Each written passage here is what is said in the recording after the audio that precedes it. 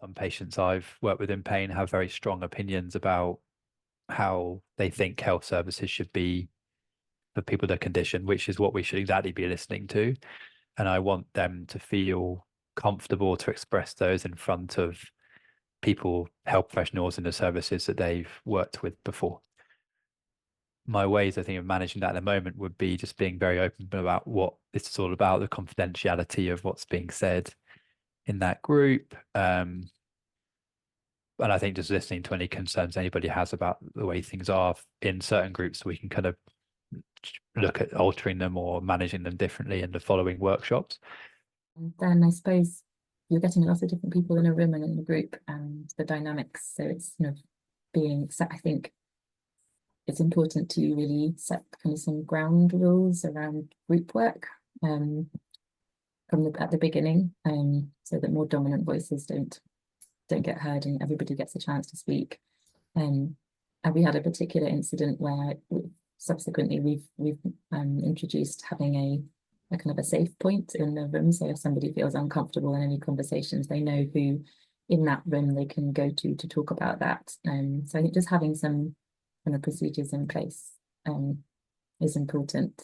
Somebody else in your group to be the one facilitating it might mean that you get more out of the session or of the group, because people might be more likely to open up to somebody that they feel that they have a shared experience with. So I think kind of peer researchers or kind of co-facilitation or co-chairing, I think it's a really valuable tool, but just breaking down those power dynamics is key.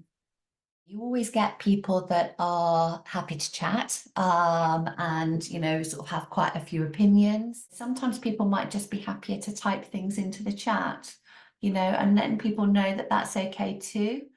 And sometimes you can do things if you've got somebody, that is talking a lot. We can sort of just go in and say, I'd really like to hear from somebody that we haven't heard from yet, so it'd be lovely to hear from somebody else. I think there are different things that you can do in a gentle. I think the really important thing is to keep it very welcoming, very safe space, that it is okay to share whatever. And I think how you respond to what people say is really important, to validate their ideas, as you go along, giving them a little bit of feedback, repeating back some of those things to let them know that, yes, you have heard what they've said, or sense checking. I think the in-person group had real benefits. There was a really nice energy of having more, there were slightly more people. I think there were 7 participants. But they come with challenges. People arrived in a bit of a drip. We started quite late. By the time we'd got to the proposed end time, people were really warming up and getting into it. So, the practical bits were a little bit more challenging for the coordinator, that it is very time consuming.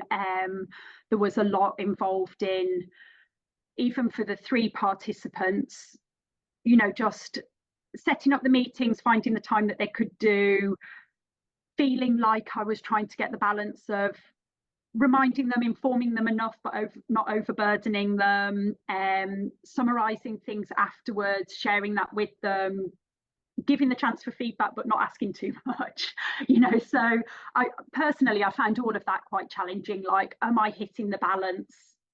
The focus groups and workshops were facilitated by peer researchers who were people with lived experience of TB. So people from the relevant communities who had previously had TB were then the ones leading and giving the workshops.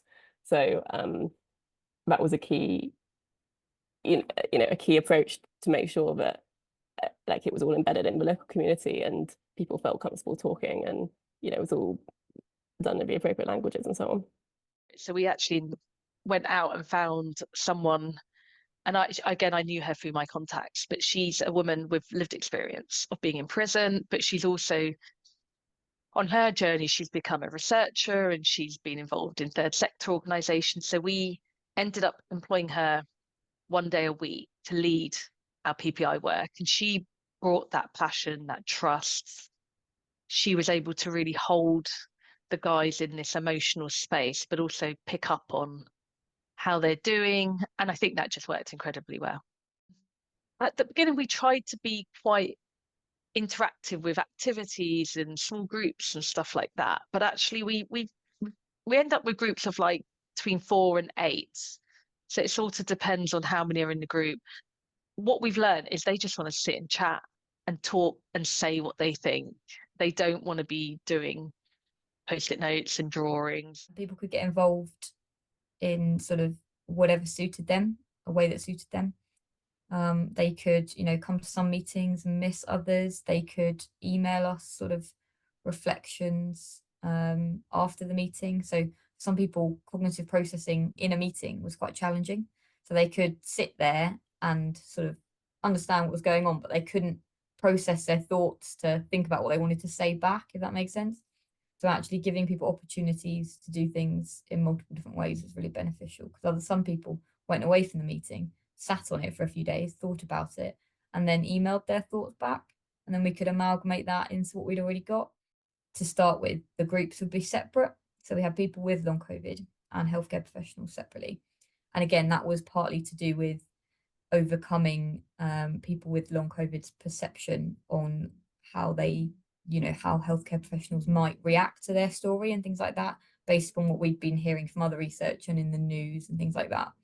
So we made efforts to keep things separate to start with before we, and make sure that we had sort of safe spaces established before everything was amalgamated into the second phase of the co-design. I think there are logistical challenges all the way along. Like, I think organising meetings that work to everyone's schedule, again, a natural, difficult thing to do because there's so many people. To the point where we asked people sort of what times of the day suited them, and then we would sort of just pick the day unless there was a day that we knew that really didn't work for people. But there wasn't really, but we knew that some people prefer, and again, this probably ties into what we did for our PPI group. We knew that some people didn't like early mornings and some people didn't like later in the day, just due to the way they manage their own energy levels. So we tried to do things at different times so that we could capture people. You know, if they couldn't attend one thing because it was a morning, they could attend something else because it was the afternoon or something like that. We tried to vary it up